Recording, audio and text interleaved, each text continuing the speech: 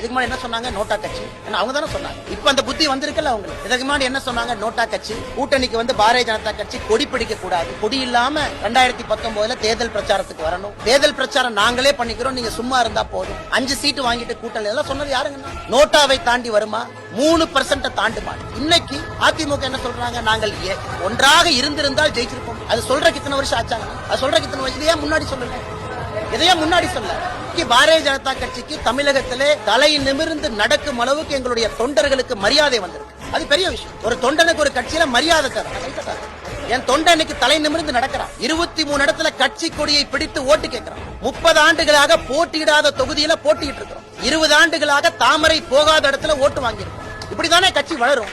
ஒரு கட்சி படிப்படியாகத்தான் வளர முடியும். எனக்கு கொடுத்திருக்கக்கூடிய வேலை இந்த கட்சியை வளர்ப்பதுதான் என் வேலை. இன்னொருத்தரோடு அனுசரையாக இருப்பது என் வேலை கிடையாது. எனக்கு மோடி அவர்களாக இருக்கட்டும், தேசிய தலைவர்களாக இருக்கட்டும், எனக்கு சொல்லிக் கொடுக்கிறது இந்த மைதானத்துல இப்படித்தான் விளையாடணும்னு சொல்லி அனுப்பியிருக்காங்க. அந்த மைதானத்துல கட்சி இப்படித்தான் விளையாடும். ஒருவேளை அனுசரணையாக வேண்டும் என்ற இந்த கட்சி நினைச்சா இன்னொரு தலைவரை போட்டு அனுசரணையா போய்க்கலாம். ஆனா அண்ணாமலையை பொறுத்தவரை இந்த அரசியலை செய்ய வேண்டும் சொல்லியிருக்காங்க. அப்படித்தான் செஞ்சுக்கிட்டு அதுக்கு மக்கள் தீர்ப்பு கொடுத்திருக்காங்க.